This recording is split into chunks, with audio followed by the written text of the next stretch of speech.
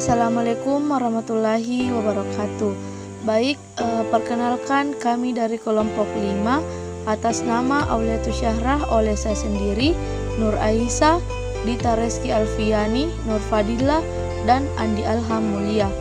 Baik, pada kesempatan ini kami ingin membawakan materi tentang film nematoda sebagai midtest mata kuliah Avertebrata Air oleh dosen pengampu Bapak Ardi Eko Mulyawan SPI MSI.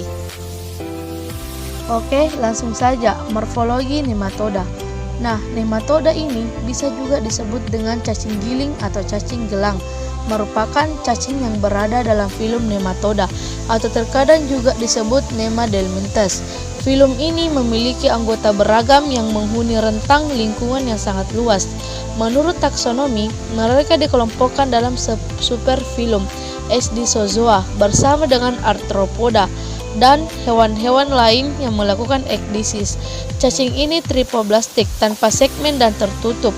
Kulit air yang fleksibel tapi liat. Di bawahnya hanya ada lapisan otot melintang. Tidak ada sistem darah atau sirkulasi lainnya. Rongga tubuhnya tidak mempunyai garis dalam mesoderm, dan itu bukan zoelem. Itu diperoleh secara langsung dari blastozoel. Terdiri banyak tabung untuk sistem reproduksi dan juga saluran cerna yang terbuka di setiap ujung cacing. Bisa kita lihat gambar di samping, itu adalah filum nematoda. Nah, pada bagian anatomi terbagi menjadi beberapa bagian. Yang pertama yaitu sistem pencernaan. Nah, kebanyakan nematoda yang hidup bebas karnivor dan memakan metazoa kecil, termasuk jenis nematoda lainnya. Spesies lain, baik di laut maupun air tawar adalah Phytohagus dan memakan diatom, ganggan dan juga jamur. Spesies terestrial merupakan hama tanaman komersial. Ada pula spesies laut, air tawar dan terestrial atau deposit feeder, memakan lumpur dan memanfaatkan bakteri dan juga bahan organik yang terkandung di dalam lumpur. Beberapa spesies memakan sampah organik seperti kotoran hewan, bangkai, dan juga tanaman busuk. Makanan masuk melalui mulut, pharynx dan esofagus, terus usus halus, rektum pendek dan juga anus. Nah, yang kedua yaitu sistem saraf. Lingkaran cincin saraf mengelilingi esofagus, merupakan otak dan berhubungan dengan 6 benang saraf anterior yang pendek dan 6 benang saraf posterior. Alat indera pada nematoda adalah papila stae dan ampit. Stae terdapat di kepala dan seluruh permukaan tubuh. Ampit dijumpai juga pada nematoda yang hidup bebas, terutama spesies laut. Ampit ialah lubang kutikula yang buntu dan bersilia, berfungsi sebagai semoreseptor, dan bentuk dari ampit yaitu bermacam-macam, karena itu digunakan untuk identifikasi. Nah, yang ketiga yaitu sistem ekskresi. Alat ekskresi pada nematoda bukan protoperidia, melainkan suatu sistem kelenjar sel dengan atau tanpa saluran yang terletak pada anterior. Pseudoxylem terisi hemolipa yang mengandung berbagai substansi terlarut di dalamnya. Mungkin juga hasil-hasil ekskresi. Hasil ekskresi itu antara lain nitrogen sebagai amonia, asam uret, ureum yang dikeluarkan dari tubuh melalui proses excretorius. 4. Sistem pernapasan. Nematoda tidak mempunyai organ pernapasan yang spesial. Respirasi dilakukan secara anaerob. Energi diperoleh dengan cara mengubah glikogen menjadi CO2 dan asam lemak yang diekskresikan melalui kutikula. Homoglobin terjadi pada cairan perivaskular beberapa parasit nematoda.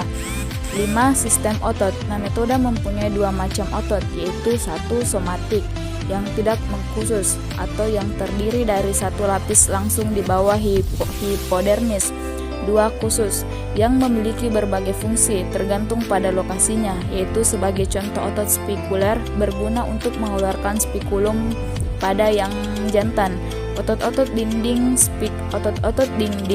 tubuh terletak longitudinal dan bertanggung jawab untuk melakukan gerakan cacing seperti ular. 6. Sistem gerak. Gerak pada nematoda disebabkan oleh adanya otot-otot yang terdapat pada dinding tubuh. Otot-otot itu terletak di antara tali epidermal dan membujur sepanjang tubuh. Otot-otot itu terbagi menjadi 4 kuadran. 2 kuadran terletak pada 2 sisi dorsal dan yang lain pada sisi ventral. Adenocorea. Pasmin tidak ada, ampin besar, kebanyakan hidup bebas. Chromadorida. Hidup bebas, ampin spiral dan melingkar. Kantung esophagus terbagi menjadi 3 bagian. Hidupnya di laut dan air tawar. Contohnya, Chromadora sp, Wilsonema, dan Monister. Enoploidea. Pada Enoploidea tidak ada cincin-cincin cuticula, tetapi cuticula halus, seringkali dilengkapi dengan bulu-bulu kaku.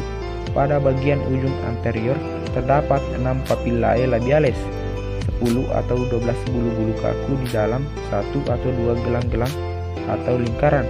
Sepasang celah sepal dan ampin berbentuk Chaetiforum, hidup bebas di laut. Contohnya, Metoculaimus cristiurus, hidup bebas di laut di benua Amerika Utara dan Eropa. Menoclus dan Nigloimus.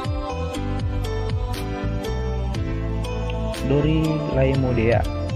Dorilaemodea umumnya hidup di dalam tanah dan air tawar. Cuticula halus tanpa bulu-bulu kaku, ujung anterior dengan 2 lingkaran papillae yang masing-masing terdiri atas 6 dan 10 papillae. Ampin Chaetiforum Peirunus bersifat muskular dan jarang bagian posteriornya membesar. Contohnya, Dorylaemus sp. Materi kelima, Secarmentia. Secarmentia disebut dengan pasmida karena terdapat anggota spesiesnya memiliki pasmid. Banyak anggota kelas hidup dalam tubuh vertebrata, serangga, dan tumbuhan. Berikut uraian tentang contoh-contoh spesies Secarmentia. Yang pertama yaitu Ascaris lumbriodes atau cacing perut. Ascaris lumbriodes ialah parasit usus halus manusia yang menyebabkan penyakit askariasis. Kedua yaitu Aeulostoma goinale atau cacing tambang. Disebut cacing tambang karena sering ditemukan di daerah pertambangan. Misalnya di Afrika, spesies cacing tambang di Amerika yaitu Necator americanus. Ketiga yaitu Euchirus vermicularis atau cacing kremi. Euchirus vermicularis atau Enterobius vermicularis atau cacing kremi berukuran 10-15 cm. Cacing yang hidup di usus besar manusia, khususnya pada anak-anak.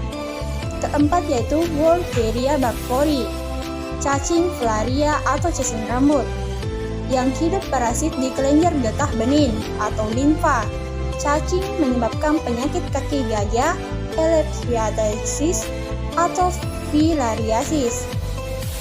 Kelima yaitu Oncorheka volvulus, merupakan cacing mikroskopis penyebab ocorchalisis atau river blindness yang mengakibatkan kebutaan.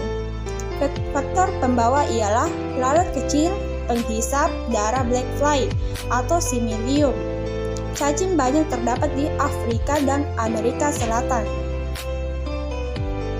Baik, selanjutnya reproduksi nematoda. Nematoda berproduksi dengan secara seksual yang umumnya diesis atau gonokoris, yakni organ kelamin jantan dan betina yang terdapat di individu berbeda.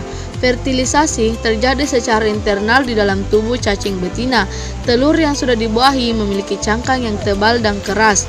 Di permukaan cangkang memiliki pola yang spesifik digunakan untuk proses identifikasi jenis cacing yang menginfeksi manusia melalui pengaman telur cacing. Telur menetes menjadi larva yang berbentuk mirip induknya. Larva mengalami molting atau pergantian kulit hingga 4 kali. Cacing dewasa tidak mengalami pergantian kulit tetapi tubuhnya tumbuh membesar.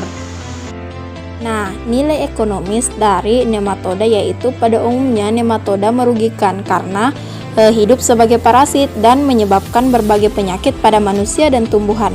Contohnya yaitu Globodera rostesenis yang menjadi parasit pada tanaman kentang dan tomat dan sebagai faktor dan virus dari virus sebagian tanaman pertanian.